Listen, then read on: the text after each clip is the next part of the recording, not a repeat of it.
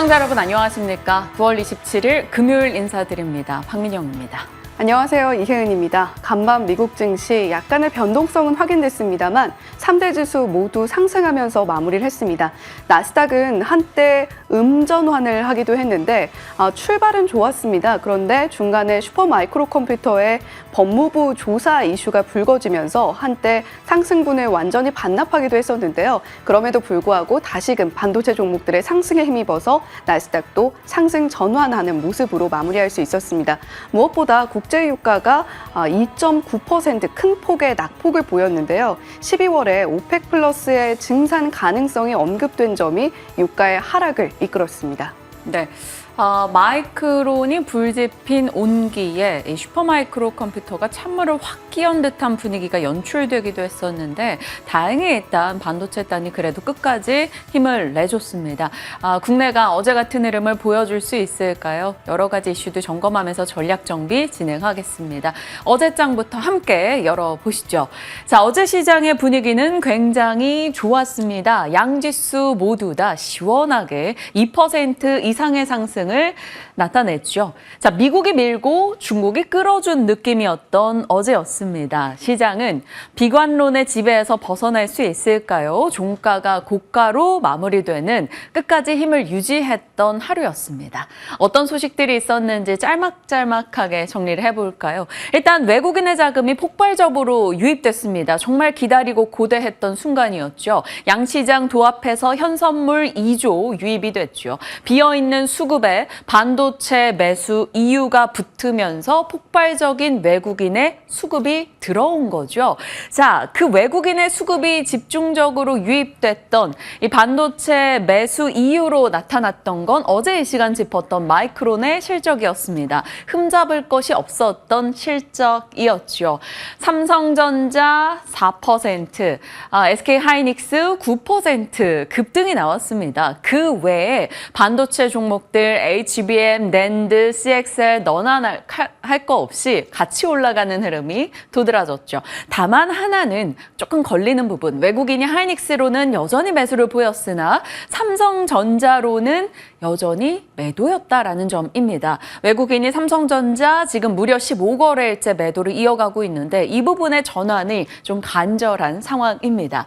자, 외국인의 수급 유입, 그것을 자극한 반도체 쪽에 우려를 줄여줬던 마이크론 이슈. 그런데 반도체만 수급을 잡아먹으며 올라갔던 건 아니었습니다. 섹터별로 옹기 확산이 있었어요. 반도체도 오르고 2차 전지도 오르고 바이오도 오르고 그 전거래를 흔들렸던 밸류업, 금융주를 중심으로 또 강세가 나타났습니다. 그래서 극단적인 순환매를 조금 탈피하나 극단적 순환매는 반도체 오르면 다른 쪽이 다 무너지는 이런 패턴을 보였던 거죠. 그런데 어제는 함께 올라갔고 상승 종목 개수가 양시장 앞에서 2,000개가 넘어갔던 하루였습니다.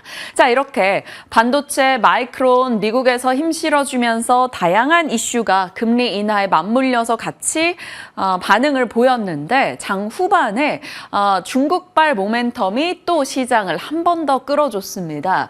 시진핑 주재 중앙정치국 회의가 개최됐어요. 재정 지출이 확대될 것이다라는 기대감, 부동산 부양책에 대한 모멘텀까지 더해지면서 어제 중국 증시 흐름이 굉장히 좋았습니다. 상해종합지수가 4% 가까이 뛰었고요. 홍콩 항생지수의 급등세, 항생테크지수는 무려 6%나 상승 흐름을 나타냈습니다. 중화권 증시가 6거래일 연속해서 상승세를 보이고 있다라는 점도 우리 장에는 분명히 모멘텀이 되겠죠.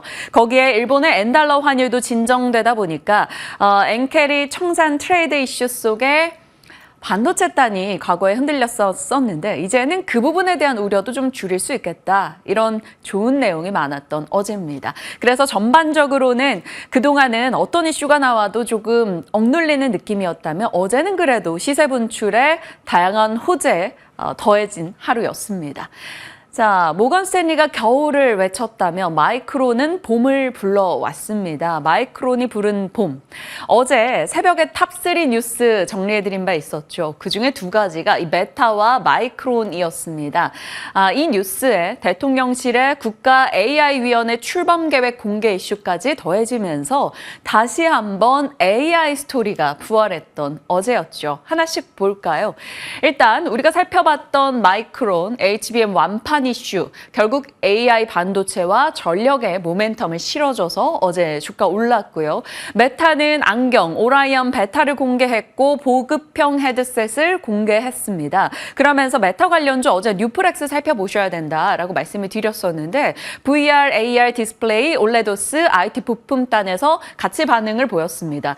뉴프렉스 20% 급등 흐름 어제 반응을 보여줬고 이거를 전이었죠. 뉴프렉스는 메타 일정으로 체크를 하셔야 되는데 거래가 정말 전무하다라는 점을 짚었었죠. 그런데 거래량이 유입되는 계기가 어제 발생했다. 이렇게 볼 수 있겠습니다. 자, 그리고 대통령실에서 AI 산업 육성의 의지를 드러내면서 이것이 또 메타의 라마 업그레이드 이슈와 맞물렸습니다. 그래서 AI 소프트웨어나 로봇 쪽도 강세 흐름을 나타냈죠. 자, 이렇게 메타의 스마트 글라스 얘기가 나오고 나서 AI 석학에서 챗 GPT 다음에 우리 시대를 이끌어갈 AI템은 스마트 안경이 될 것이다 라고 얘기하면서 스마트 글라스 쪽 얘기가 조금씩 모이고 있습니다. 이 부분도 저희 체크해 두도록 하죠. 자, 이렇게 굵직하게 섹터나 패러다임에 영향을 줄 만한 소식이 전달됐고요. 개별적인 뉴스까지 서브해 줍니다. 정말 나이스 타이밍이죠. SK 하이닉스에서 36GB HBM3E 12단 양산 계획을 밝혔습니다. 올해 안에 고객사에게 넘겨보겠다라는 내용이 엔비디아를 뜻하겠죠. 그러다 보니 어제 SK 하이닉스 폭등이 있었습니다. 9%의 상승세 18만 원을 넘어서는 흐름 나타나기도 했죠. 자, 그리고 하이닉스와 삼성전자로 인해서 CXL 부분에 모멘텀이 생길 거다라는 기대감이 나오면서 네오셈, 오킨스전자, 엑시콘 등의 종목도 강세였죠. 엑시콘 17% 급등이었고요. 네오셈 한번 열어봐 주실까요? 네오셈 어제 상한가로 거래를 마쳤습니다. 거기에 SK 최태원 회장의 80조 투자 AI 쪽에 집중한다라는 얘기, 오픈 AI가 블룸버그 통신의 보도에 따르면 백악관에서 대규모 데이터 센터를 짓게 해달라라고 백악관 측에 제시했다라는 내용까지 어제 같이 살폈었는데요. 이런 뉴스 등에 제대로 반응했던 하루, 이렇게 정리가 가능하겠습니다. 자, AI와 반도체가 자극하는 것 여러 가지 종목들 분류해서 늘 보여드리는데요. 어제 HBM 쪽 굉장히 좋았고요. CXL 앞서 봤던 네오셈 등 상한가 기록했죠. 그리고 마이크론이 낸드 쪽, SSD 쪽도 성과가 너무나 좋았다라는 점을 언급하면서 이쪽에서도 강세였는데요. 네오셈도 올랐고 심텍 등도 강한 상승을 기록하기도 했습니다. 오늘도 좀 연결이 될 수 있을지 궁금해집니다. 물론 슈퍼마이크로 컴퓨터 악재 소식이 있었으나 사실 이건 아직까지 지켜봐야 하는 뉴스이기도 하고요. 산업의 본질을 훼손하는 뉴스는 아니기 때문에 밤사이 반도체가 그래도 다시 회복한 건 아닐까 싶습니다.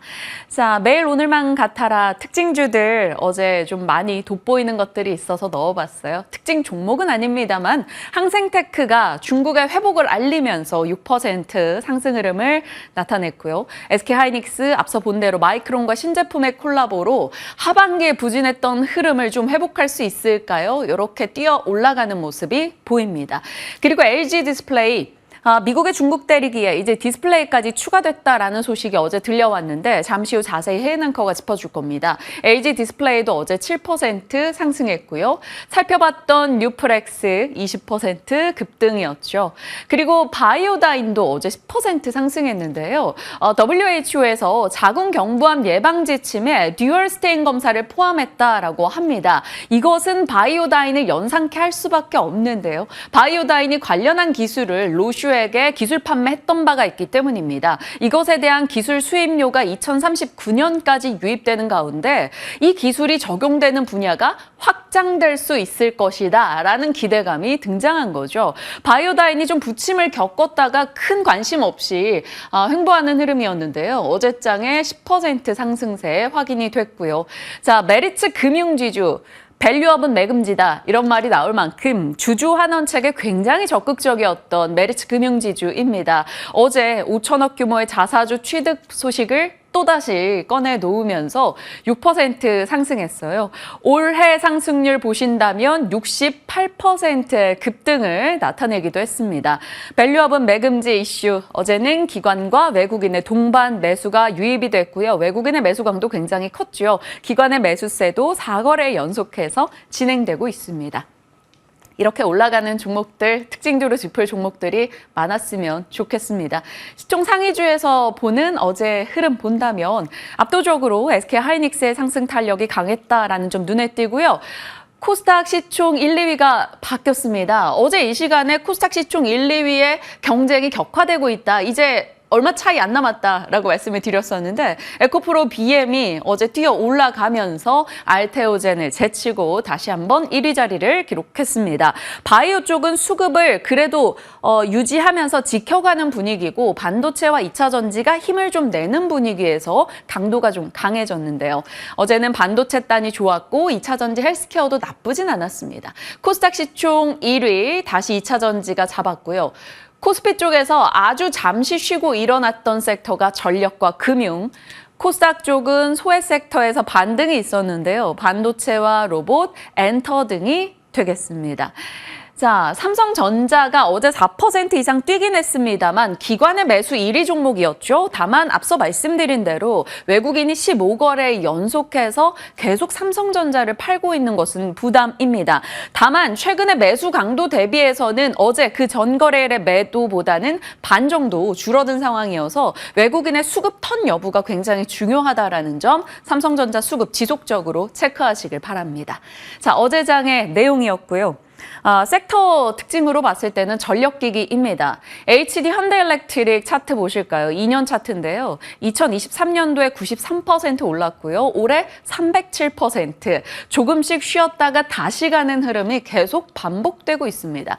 처음에 시작은 노후 변압기 교체 수요였고요. 거기에 탄소 중립 트렌드가 붙으면서 신재생 무엇을 갖다 쓰더라도 전력 인프라가 필요하다라는 점이 인지됐는데 AI가 붙으면서 올해 상승률이 이렇게 높아진 거죠. 지금 세계 시장의 전력망은 한 30년 차 정도 들어간다고 합니다. 그러니까 많이 노후화되고 있는 분위기인 거죠. 인프라 개선이 필요한 상황에서 변압기는 넓은 생산시설과 기술력을 갖춰야 돼서 진입장벽이 높습니다. 기존의 공급자들로 좀 제한된 공급이 일어나고 있고 이것은 계속 쇼티지 얘기를 불러일으킬 수밖에 없습니다. 한국의 이 전력 변압기 3사, 효성중공업, H현대일렉, LS일렉이 되겠죠. 이쪽은 2026년, 최대는 2028년까지 공장이 현재 풀캐파 상황입니다. 그래서 전력 쪽의 스토리는 언제든지 붙는데 무엇보다 최근에 중요했던 건 AI 반도체가 쉬는 때에도 전력 쪽은 갔었던 약간 디커플링 되는 현상이 있었다라는 거죠. 그래서 전력기기 밸류체인은 다시 한번 이렇게 짚어봅니다. 고압 변압기 쪽으로 압축해서 가실 건지 아니면 일진전기 등의 종목, 최근에 좀 관심 받고 있는 세명전기 이런 쪽으로 체크를 하실 건지는 필요해 보이네요. 미래에셋에서는 HD 현대일렉에 대해서 목표가 49만 원, 효성중공업은 46만 원을 각각 어제 제시하기도 했습니다. 참고해 보시죠. 그래서 연결고리도 조금 땡겨서 여기다 넣어봤습니다. 전력에 대한 뉴스가 계속 나오는데요. 이런 작은 뉴스를 체크하는 것은 뭐 여러분에게 트레이딩하세요, 단타하세요 이런 느낌은 아닙니다. 물론 단타 뉴스로 활용하시라는 것도 있지만 작은 뉴스들이 쌓여서 결국엔 큰 방향을 제시하기 때문에 뉴스를 추적하고 있는 거죠.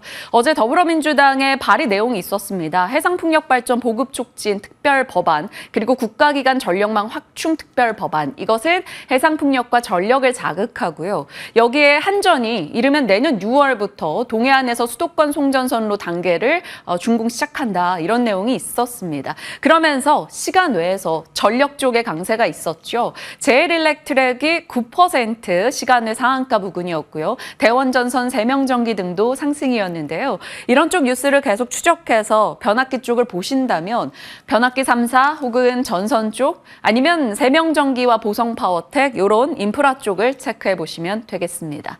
SMR 뉴스도 나왔는데요. 관련한 표준 설계가 5년 만에 원자력 안전위원회 최종 인가를 받았다라는 소식이 들어왔습니다. 그래서 SMR 관련한 모멘텀으로 관련 종목들을 정리해 봤는데요. 체크해 보시죠. 요즘 우라늄 쪽이나 미국의 원전주들의 분위기가 괜찮기 때문에 우리도 원전 한 방울의 모멘텀이 더해진다면 관심권 요게 들 수 있을지 뉴스 추적해 가겠습니다. 자, 뉴욕으로 이제 넘어갑니다. 뉴욕 증시 3대 지수 모두 오르며 끝이 났습니다. 경기 자신감과 마이크론 덕분 이렇게 정리할게요. 경기 자신감은 신규 실업수당 청구 건수가 감소했고요. GDP는 성장했고요. 근원 내구재 주문은 증가했습니다. 거기에 슈퍼마이크로가 법무부 회계 위반 혐의 조사받는다라는 소식에 급락하면서 반도체 섹터의 변동을 키우긴 했습니다만 그래도 마이크론이 끌고 가주는 힘은 유지가 됐습니다. 장중 20%까지 올랐던 마이크론 상승폭을 좀 줄이긴 했으나 그래도 14% 상승으로 끝이 났고요. 엔비디아도 중간에 흔들림이 컸으나 일단은 상승분로 거래를 마쳤습니다. 엔비디아, AMD, 브로드컴, 기타 반도체 종목들이 나름 괜찮았던 하루가 진행이 됐죠. 자, 옐런 재무장관이 물가 고용 연착륙 궤도에 들어갔다라고 얘기했고요. 중국에서 어제 말씀드린 대로, 앞서 말씀드린 대로 부양책 얘기가 어제 또 추가가 됐죠. 성장 위에 필요한 지출을 제공할 것이다. 통화책 위주였다라는 지적을 의식한 걸까요? 하루 지나자마자 재정 지출을 암시하는 얘기를 꺼내 들었습니다. 그러면서 중화권 증시 그리고 미국에서 그 전날의 상승을 반납했던 중국 관련 종목들을 다시 한번 불러일으켰죠. 중국의 경기가 좋아진다? 그러면 각국의 수출이 개선됩니다. 그래서 유럽 경기에 대한 개선 기대도 등장하면서 유로화가 강세를 기록했고요. 달러화는 약세를 나타냈죠. 금 가격은 계속 올라가네요. 금리 인하 모멘텀 받습니다. 6일 연속해서 고점 기록하고요. 금이 가니까 은도 가는. 올해 상승률 자산 기준으로는 1위 비트코인, 2위 금, 3위 은인데요. 계속해서 이 시세가 유지될지 지켜보시죠. 자, 마이크론과 슈퍼마이크로 컴퓨터는 짚었고요. 테슬라는 1% 하락했습니다. 그도 그럴 게 최근 들어서 테슬라 분위기가 꽤 좋았었기 때문에 어느 정도 상승에 대한 차익 실현 압박을 좀 받았어요. 10월 10일 로보택시나 저가형, 보급형 전기차 모델에 대한 기대감은 여전히 있을 겁니다. 테슬라는 1% 하락이었고요. 엘버말이나 리튬 아메리카 이런 종목들이 좀 강세였어요. 엘버말 리튬주죠. 9% 이상의 급등이었습니다. 2차 전지 소재 쪽이 주가 개선이 나오고 있다는 것은 2차 전지 섹터 센터에는 당연히 긍정일 수밖에 없습니다. 자, 반도체 그리고 중국 관련한 종목들 유가가 떨어지며 항공주 상승했고요. 일라이릴리 개별 이슈 속에 하락했고 유가 많이 내리니까 에너지 쪽 흔들렸습니다. 자, 마이크론이 부른 봄으로 인해 반도체가 올라갔는데 여러 곳에서 목표가를 상향했지만 공급 과잉 우려를 나타내는 목소리는 아직도 나오긴 합니다.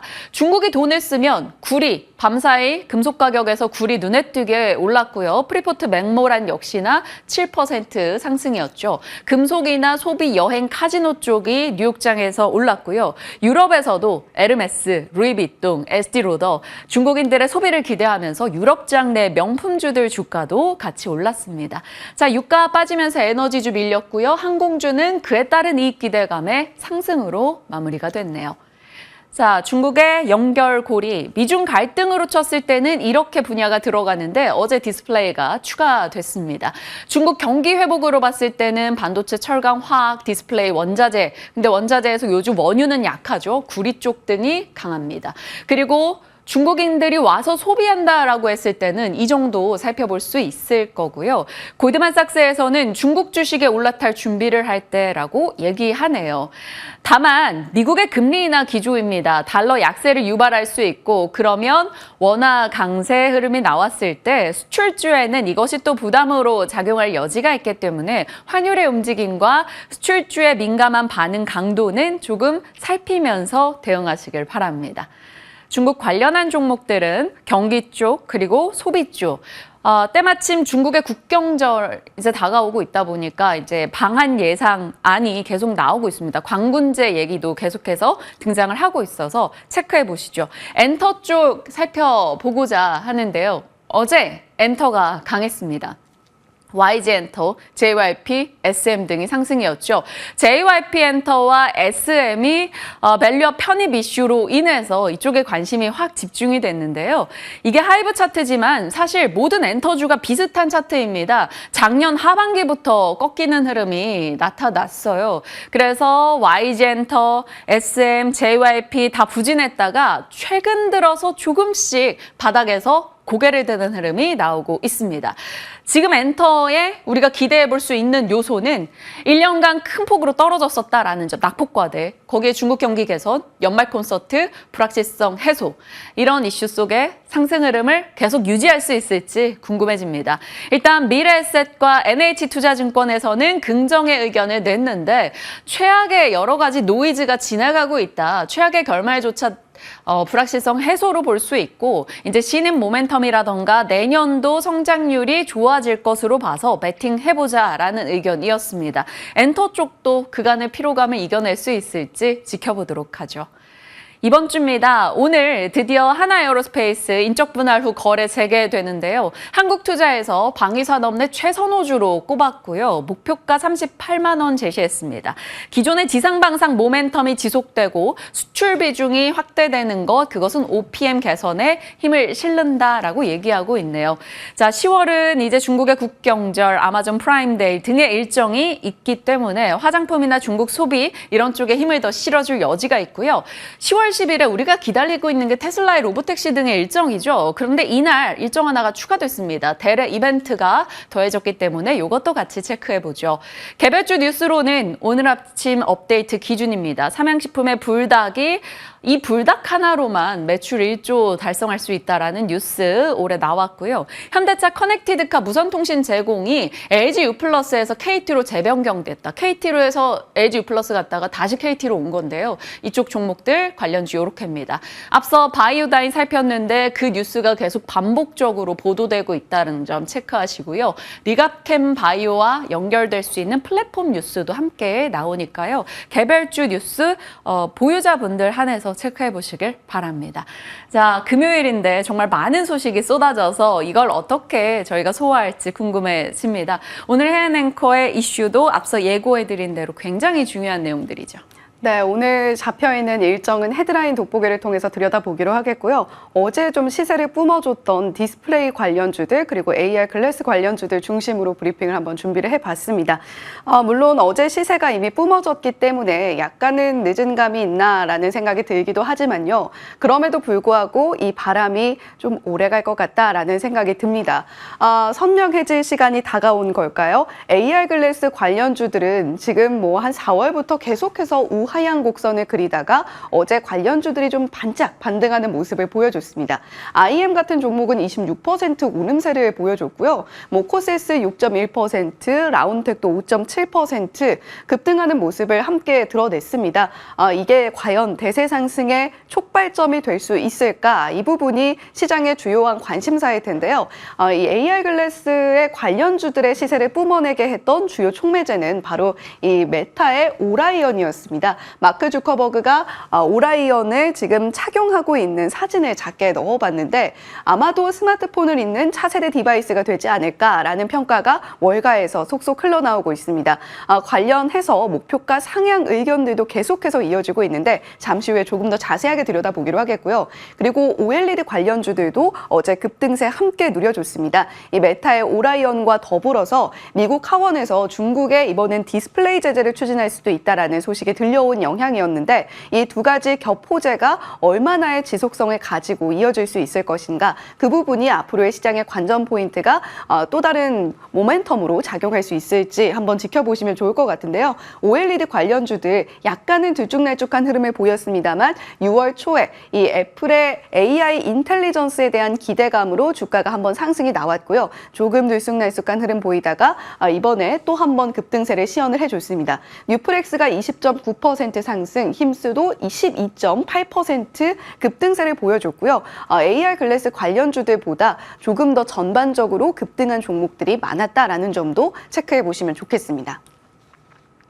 자, 그렇다면 일단 메타의 오라이언 먼저 좀 자세하게 들여다보기로 하죠. AR 글래스의 구원 투수가 될 수 있을 것인가? 월가에서는 긍정적으로 보고 있는 듯합니다. 마이크로소프트는 일전에 홀로렌즈라는 AR 글래스를 개발하고 있다가 개발 중단 소식을 전했고요. 구글의 AR 글래스도 개발팀이 해체됐습니다. 애플의 AR 글래스 역시도 개발 보류로 이 AR 글래스를 개발하고 또 시판을 하는 것이 굉장히 어려운 일이구나라는 것들을 이렇게 빅테크 기업들이 반증하고 있다라고 해도 과언이 아닐 텐데, 이번에 공개가 된 오라이언의 경우에는 메타가 2019년에 AR 글래스를 개발한 이후에 무려 5년 만에 거둔 성과다라고 보시면 되겠습니다. 사실 메타는 이 리얼리티 랩스라는 메타버스 관련한 부서를 창설한 이후로 해당 부서가 흑자를 낸 적이 단 한 번도 없는데, 이 오라이언이 과연 그 부분의 적자를 해소해 줄 수 있을 것인가, 관전 포인트가 또 다른 포인트로 작용할 수 있겠죠. 이 AR 글래스의 문제점으로 지적되던 것은 크게 네 가지였습니다.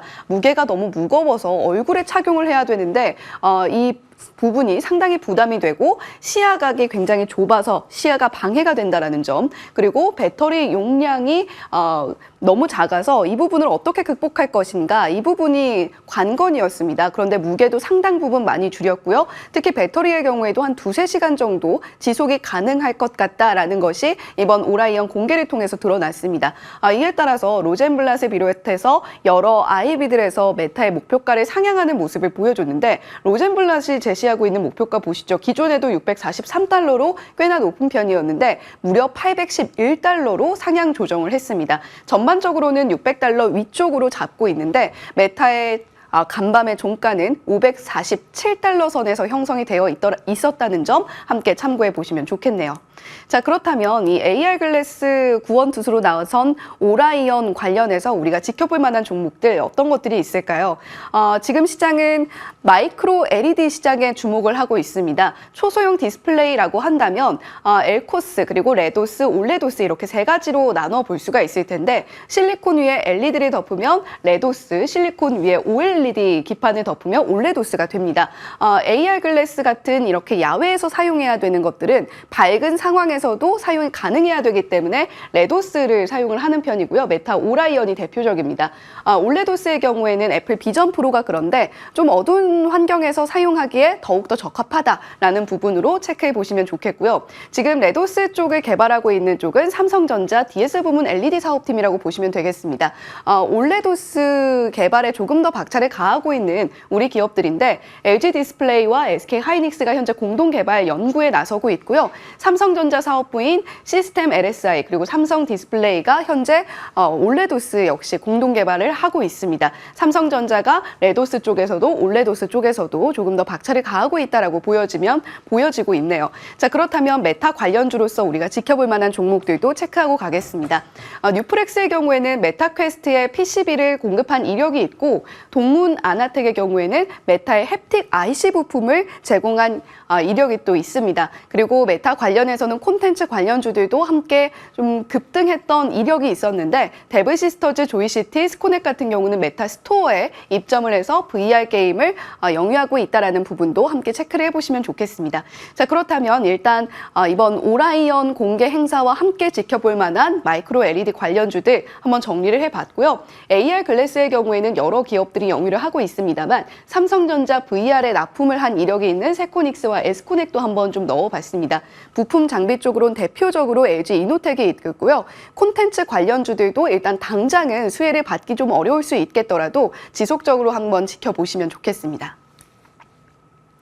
자, 그렇다면 디스플레이 관련주들 또 다른 호재는 무엇이었을까요? 고래 싸움에 새우 등이 터지는 게 아니라 고래 싸움에 새우가 어떻게 살찔 수 있을까를 고민해야 되는 디스플레이 시장일 것 같습니다. 미국 하원의 중국특위위원장이 미국 국방부에 서한을 보냈습니다. 중국의 디스플레이 기업인 BOE 그리고 텐마가 블랙리스트에 포함되어야 한다라는 이유였는데요.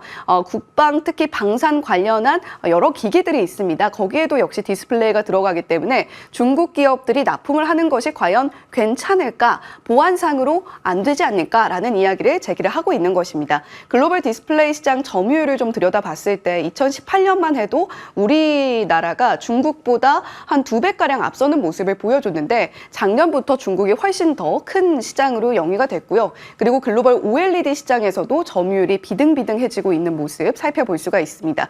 그중에서도 삼성 디스플레이의 수혜를 기대하고 있는 목소리가 상당히 높은데 이번 만약에 미국이 이렇게 중국의 디스플레이 쪽까지 겨냥을 해서 제재를 가하게 된다면 2023년 말 기준으로 중소형 OLED 시장에서 50% 이상의 점유율을 가져가다가 지금 상반기에 좀 고전하고 있는 삼성 디스플레이에 즉각적으로 수혜가 있지 않을까라는 전망이 솔솔 풍겨 나오고 있습니다.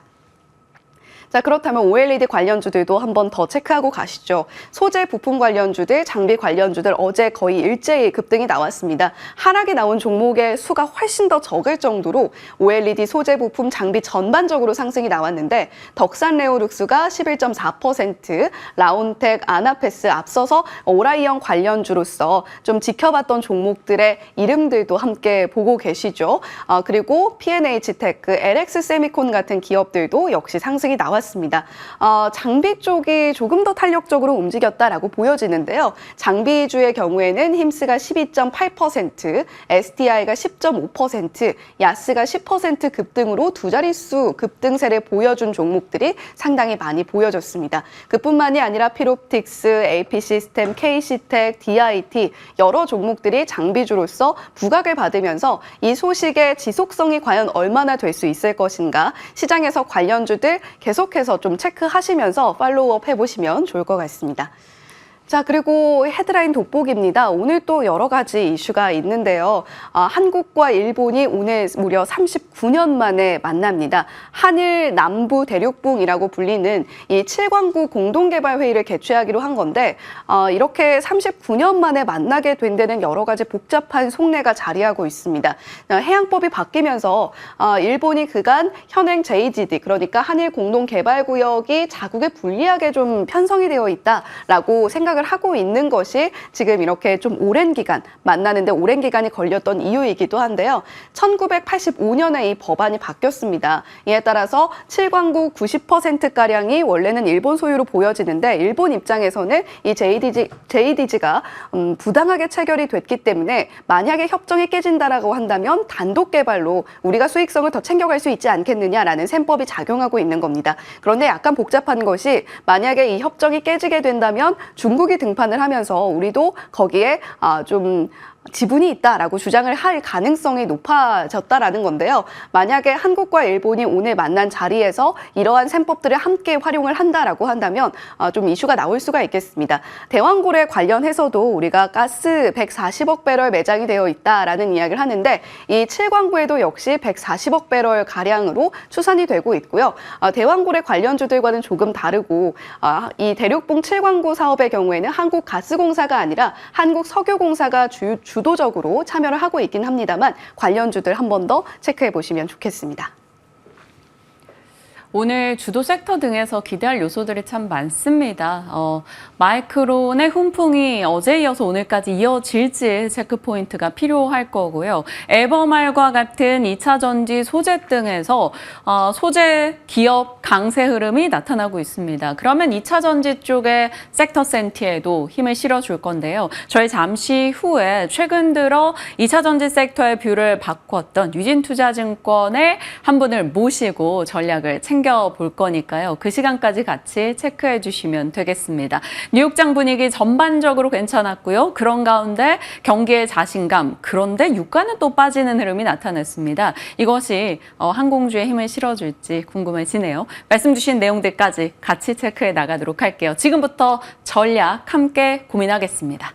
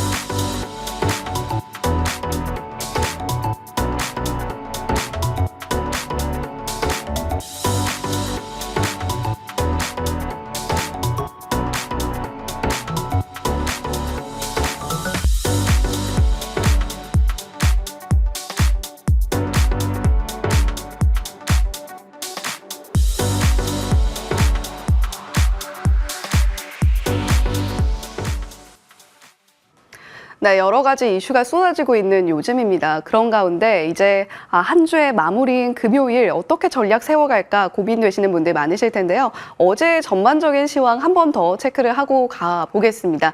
어느덧 이제 2670포인트까지 다다르고 있는 우리 시장인데요. 코스피 유가증권 시장 2671.57포인트, 전일 2.9%나 오름세를 보여줬습니다. 오늘도 그 흐름 이어가면 좋을 텐데요. 코스닥은 779선에서 이제 780포인트 선 노려보고 있는데 일단 미국 시장이 3대 지수 모두 상승으로 그래도 마무리를 해준 만큼 코스닥 시장에서도 힘 한 번 더 뿜어주기를 바라봅니다. 자, 그렇다면 종목들 어떻게 움직임 보여줬는지 어제 시가총액 상위 종목들도 함께 들여다보시죠.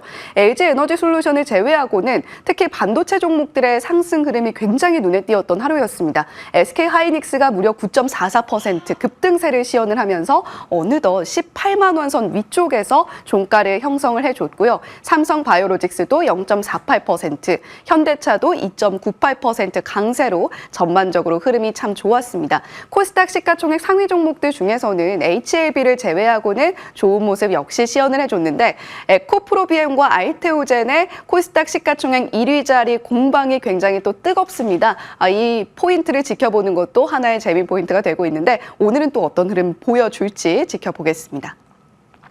네, 이제 시장 전략 본격적으로 점검해 보겠습니다. 글로원 파트너스 이성웅 이사님과 함께 오늘 이야기 나눠보겠습니다. 이사님, 어서 오세요. 네, 안녕하세요. 네, 오늘 시장 일단은 목요일 우리 시장이 분위기가 굉장히 좋았기 때문에 오늘 한 주의 마무리고 금요일이긴 합니다만 네. 그 분위기가 좀 이어졌으면 좋겠다라는 바람입니다. 자, 오늘 개장 전에 주목해야 될 이슈들 하나하나 짚어보게 될 텐데 자, 일단은 반도체 종목들 그리고 전력 관련한 종목들 특히 AI 인프라 전력 관련한 종목들이 상당히 시세를 잘 뿜어주고 있는데요. 반도체 종목들 정말 오랜만에 방긋 웃었습니다. 네. 이제 앞으로의 전략을 어떻게 가져가야 될까 고민이 많아지는 시점인데요, 오히려.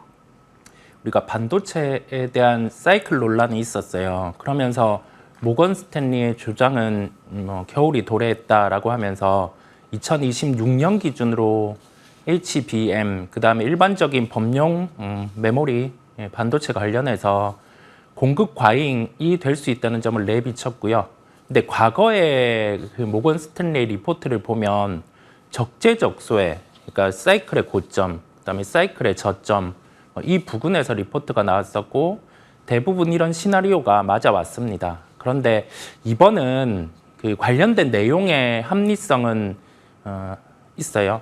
시장의 개연성까지 연결이 되는데 다만 달라진 부분은 주가가 먼저 조정이 나온 상황에서 나온 리포트라는 점이라는 포인트를 말씀드릴 수 있겠고요. 그다음에 거기 더해져서 우리가 마이크론의 실적에 대해서 주목을 한 이유가 실적에 대해서는 당연히 잘 나올 것으로 예상을 하고 있었습니다. 예. 그런데 그 실적 발표 이후에 주목을 한 건 과연 2025년 같은 경우는 원래 HBM 관련해서 솔드아웃이라는 표현을 했었고요. 이번도 동일하게 표현을 했는데 한 가지 달라진 부분이 HBM3E와 관련된 12단을 2025년 초에 이렇게 우리가 믹스 개선이라는 표현을 쓰면서 언급을 했어요. 마이크론 기준으로. 그러면 여기에서 해석할 수 있는 부분은 뭐냐면 마이크론이 2025년 초에 3의 12단 같은 경우는 이제 침투를 할 수 있겠구나. 믹스 개선이라는 표현을 썼기 때문에요. 그 다음에 삼성전자는 아직 진입을 하지 못했죠. 그러면 2025년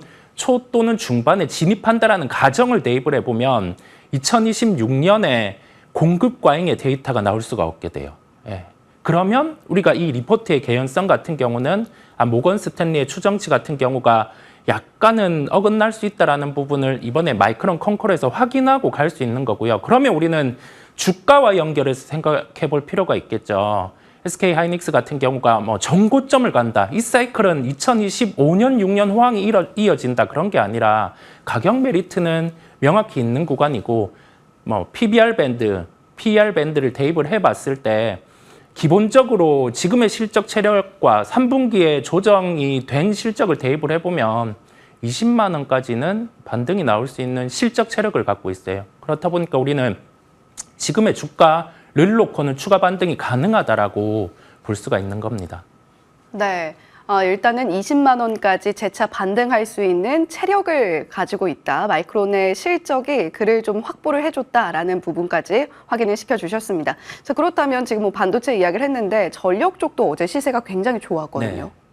이게 좀 고민이 되는 부분이 있어요. 미국 쪽 같은 경우는 데이터 센터와 관련된 종목과 그다음에 에너지 관련된 종목들의 협업이 최근에 많죠. 뭐 원전과 데이터 센터 여기에 교집합은 이제 뭐 AI란 게 수요를 촉발하는 부분인데 우리나라는 조금 다른 면이 있죠. 이게 에너지 관련해서는 뭐 원전 같은 경우도 해외 수주 같은 경우는 가지고 오는데 시세의 연속성이 떨어지고 그다음에 나머지 신재생 쪽 특히 태양광 같은 경우는 지금 중국 같은 경우가 미중 분쟁에도 불구하고 관세를 적용한 가격이 아직 우리나라 쪽보다 경쟁력이 있다 보니까 다른 에너지원과는 다르게 좀 우리나라에서는 좀 시세가 약한 면이 있습니다. 그러면 우리는 또 주가 연결해서 생각을 해봐야 되겠죠.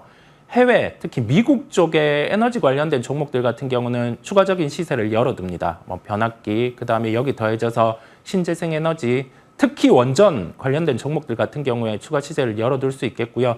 우리나라는 또 오늘 반응할 수 있는 게 그 유가 관련된 부분이 하락을 했다 보니까 뭐 에너지 관련된 종목 신재생에는 또 민감하게 생각을 할 수 있어요. 그러면 우리는 여기에서 종목을 신재생 관련주들을 줄일지 가격 조정이 나오면 매수를 할지 이 결정이거든요. 유가는 경기를 반영하는데 이번에는 증산과 관련된 부분을 고려하지 않던 사우디 같은 경우가 12월부터 증산을 단행을 하는 거예요. 경기와는 직접적인 연관이었고 비용과 연관 있는 부분이다 보니까 신재생 에너지 쪽에서 풍력주 같은 경우가 유가 영향을 받아서 여기에서 뭐 주가가 고점 대비 한 10%대 조정이 나온다라고 하면 그때는 매수가 가능함을 열어둡니다. 네. 국내 경우에는 전력 관련주들 특히 그 안에 신재생 쪽으로 들어가게 되면 조금은 다른 측면이 있기는 하지만 그럼에도 불구하고 앞으로 중장기적으로는 나쁘지 않은 모멘텀 가지고 있다라는 부분 짚어주셨습니다. 자, 이제 좀 시선을 옮겨서 이 메타의 어제 오라이언이 공개가 되고 미국 시장도 깜짝 놀란 것 같아요. 이제 애플이 하드웨어로서 가지고 있던 그 수요 촉발을 메타의 오라이언이 또 한 번 붐을 일으켜줄 수 있을 것인가 그 부분에 좀 집중을 하고 있는 것 같은데 저도 그런 생각을 했습니다. 네네. 만약에 화면 투사가 가능한 안경을 쓰고 다니게 된다라고 한다면 우리 MTN을 좀 시청자 여러분들께서 아무 데서나 더 편하게 보실 수 있지 않을까라는 생각도 들었는데 이 디스플레이 관련주들이 어제 좀 움직임이 좋았어요. 네. 디스플레이 관련된 우리나라 종목들 같은 경우는 약간 구조적인 조정까지 더해졌어요. LG 디스플레이 같은 경우가 광저우의 LCD 라인 같은 경우를 매각을 확정을 지었고 이제 OLED 쪽에 집중하다 보니까 마진 개선이 나타날 수 있다는 점, 그 다음에 각 기업들이 구조 조정을 하고 있어요. 이 부분은 기업에게는 긍정인데 산업에게는 조금 부정적인 면이 있어요. 예. 그런데 LG 디스플레이 같은 경우는 여기에서 이제 마진이 올라오겠구나라는 점에서 반등이 나오기 시작을 했고 이제 해외 이 VR, AR 기기의 출시를 놓고 우리가 바라볼 거는 관련된 종목, 테마, 개별주 이런 쪽이 시세가 나기는 할 거예요. 그런데 이 시세에 대한 연속성이 있는지를 판단하는 게 중요합니다. 이미 시세가 났으니. 그런데 이게 기기가 출시되고 스마트폰의 10% 정도의 침투율이 나타나야지 시장에서는 이게 기기와 소프트웨어가 연결될 수 있어요. 이 데이터를 기억하실 필요가 있고요. 근데 지금은 이제 초기죠. 여태까지 모델은 실패했어요. 침투가 실패했단 말이거든요. 그렇다 보니까 우리가 사고를 주식과 연결을 해볼 때 소프트웨어 쪽까지 확장해서 이거를 우리 포트에 적극적으로 가지고 오기에는 한계가 있어요. 이제 돌아가는 면을 봐야 되겠죠. 침투율이 스마트폰의 10% 정도의 데이터로 올라오는지를 체크를 해보시면 되겠습니다.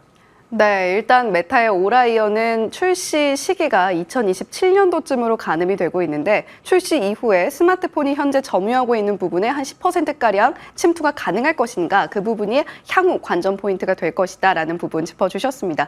자, 그렇다면 지금 디스플레이까지 이야기를 해봤는데 엔터주 이야기를 좀 해봐야 될 것 같아요. 하반기 되면 좋아질 것이다 이야기를 했는데 이번에도 모른 척 좀 믿어도 되는 건지 좀 궁금합니다. 우리가 엔터 업종의 기업들 같은 경우는 수익원이 음원과 콘서트입니다. 그러면 이 음원 콘서트의 수익은 모든 엔터사 같은 경우가 일어나는 거죠. 그러면 여기에서 이익 대비해서 시가총액을 도출하는 멀티플이 올라갈 수 있는 요소는 음원, 콘서트와 관련된 라인업이 늘어나거나 또 콘서트 중에서 돔 투어를 돌 수 있는 라인업이 늘어나거나 또는 이제 이익이 늘 수 있는 신사업을 진행하는 기업이 있을 때예요. 그랬을 때 해당 기업 같은 경우는 매수를 할 수 있는 겁니다. 그러면 SM, JYP, 그다음에 YG 같은 경우는 이제 라인업들이 추가가 되죠. JYP 같은 경우는 스트레이키즈, 엠믹스 이쪽이 새롭게 또는 더 강화돼서 돔토를 돌 수 있는 파워가 이제는 생겨나는 거고요. 나머지 SM, 그다음에 YG는 이제 블랙핑크 같은 경우가 콘서트를 시작으로 다시 활동을 재개하다 보니까 지금 대비해서는 이익은 늘 수 있어요. 그다음에 하이브는 약간의 논란이 있기는 한데 이 논란을 아예 최악의 케이스를 대입을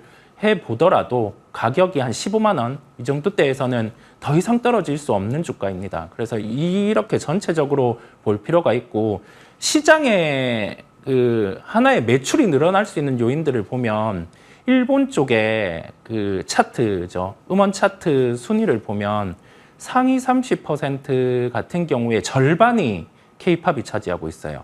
그 중에서 하이브 라인업 같은 경우가 대부분 다 랭크가 되어 있고요. 예. 그다음에 나머지 SM, YG, JYP 같은 경우는 일부 라인업들이 랭크가 되어 있습니다. 그다음에 미국 시장의 침투가 이제는 초기 단계 진행이 되고 있다 보니까 우리가 바라보는 시각들이 상반기 대비해서 하반기는 비슷해요. 그런데 엔화 방향이 바뀌었죠. 엔저에서 엔저 둔화로 바뀌었기 때문에 이제 마진이 올라올 수 있습니다. 그렇다 보니까 더 이상 나빠질 게 없는 엔터 업종이다 보니 시장에서 주목을 하는 거고요. 우리는 플러스 알파를 찾아가는 겁니다. 하이브 같은 경우가 신사업이 더해졌을 때 게임은 옳지 않아요. 잘 안 되고 있죠. 게임을 제외한 영업이익률은 12% 중반입니다. 그러면 그 위버스 플랫폼의 수익화가 연말에 시작되니 여기에서는 충분히 관심을 가질 수 있음을 말씀을 드립니다.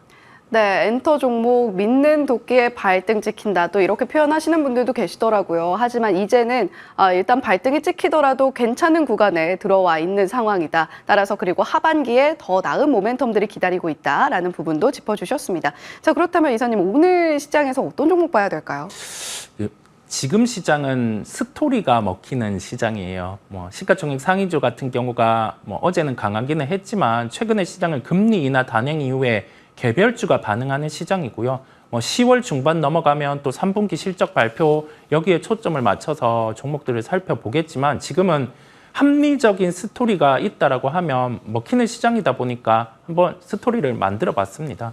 유가 하락입니다. 이 부분은 증산을 통해서 진행이 되는 부분이다 보니까 일회성 하락이 아니라 약간 추세적으로 하락을 할 수가 있어요. 그러면 우리 유가 하락과 관련해서 비용 감소가 직결되는 산업을 살펴볼 필요가 있고요. 그게 항공 쪽입니다. 그렇다 보니 항공 쪽 같은 경우는 비용 감소, 전체 비용의 30% 같은 경우가 유가 연계가 있다 보니까요.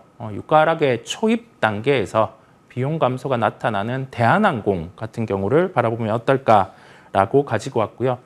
접근은 시가로 가능하고 목표가는 1차로 한 24,000원 수준, 손절가는 19,000원 수준으로 살펴보시면 되고 유가 하락과 연결해서 우리 타이어 기업들 같은 경우도 물류비 비중이 높다 보니까 유가 하락이 되면 당연히 비용단에서 긍정적인 영향이 나타납니다. 이러한 기업들도 연결해서 보시면 되겠습니다.